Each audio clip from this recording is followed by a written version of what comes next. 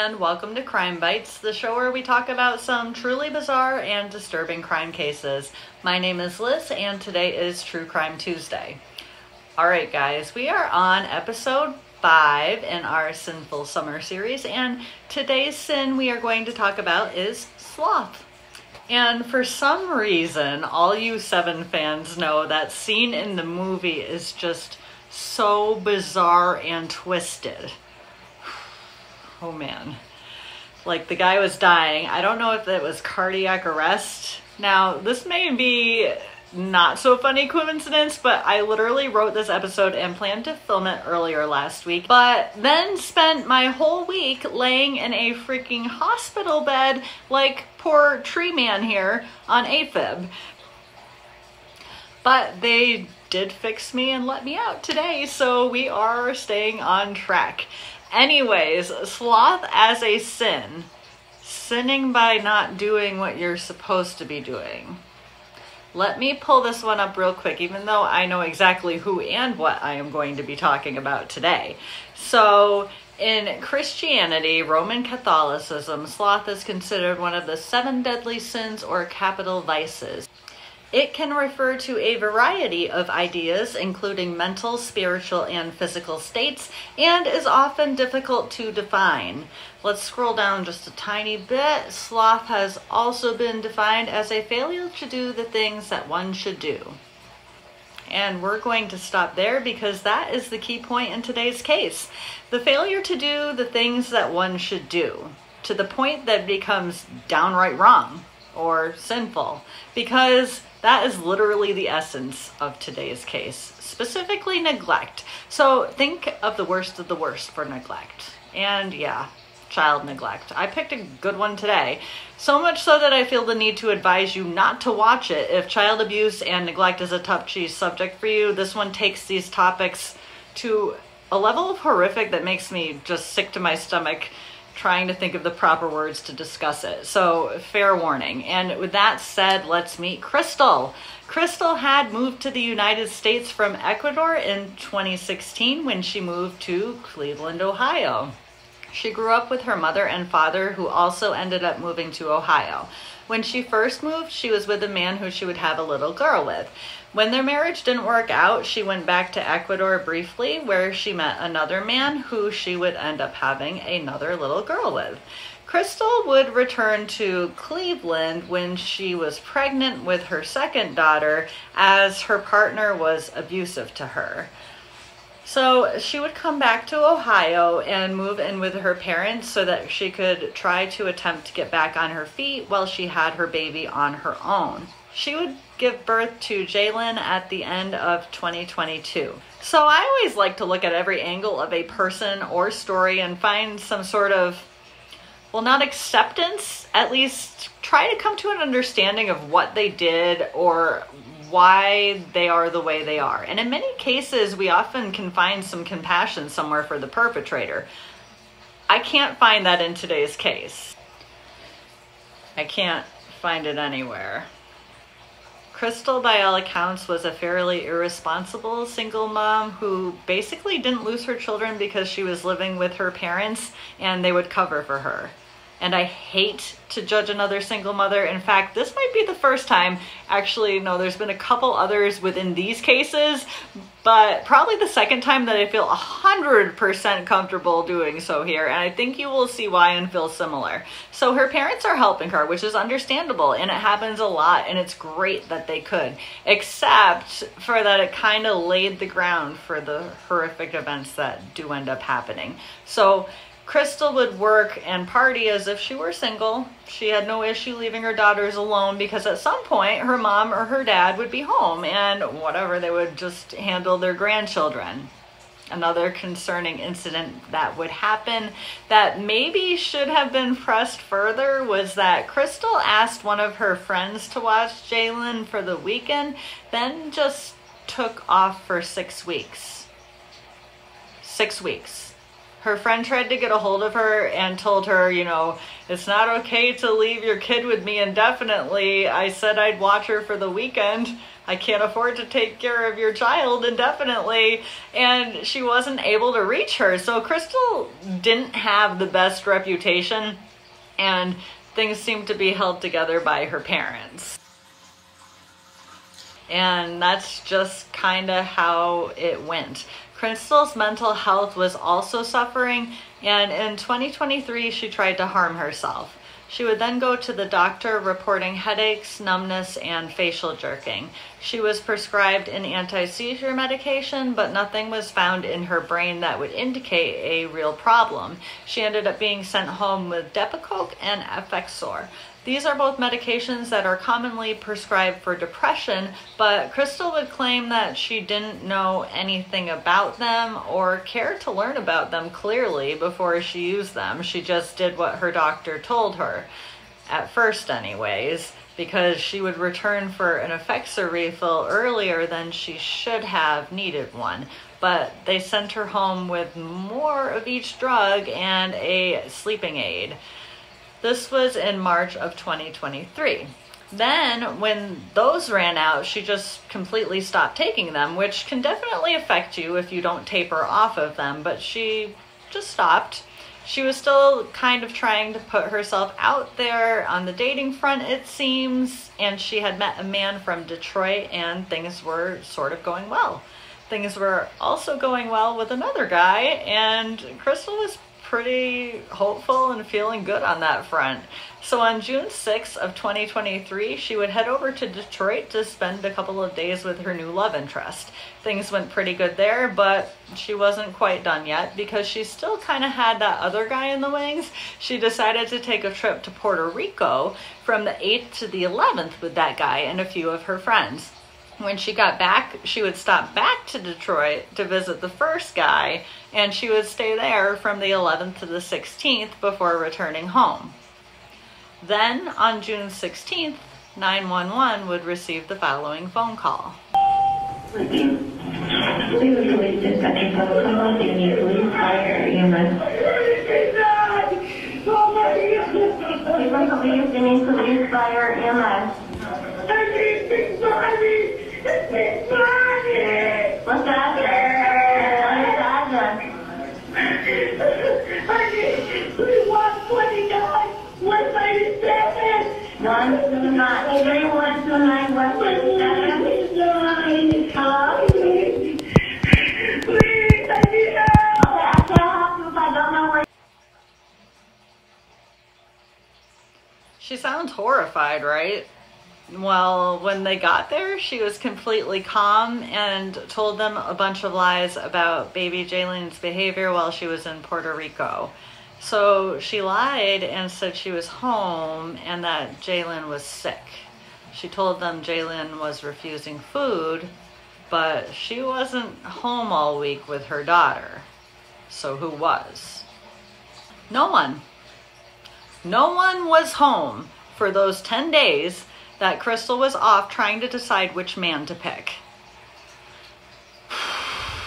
Because on June 1st, Kristel's parents left for Ecuador with her older daughter for a vacation. This left Kristel and Jailyn alone, and because her parents had always picked up the slack, no one could have imagined that Kristel would be capable of doing something like this. She would attempt to blame what she did on her mental health, but she had changed her daughter's clothes in between calling 911 and when they came. And when she was examined, Jailyn's eyes were sunken as a result of severe dehydration. What appeared to be dirt in her fingernails and around her mouth was later determined to be feces. So she was trying to stay alive by eating her own feces. This poor little baby was that hungry. Can you even imagine? It's just deplorable. Beyond deplorable.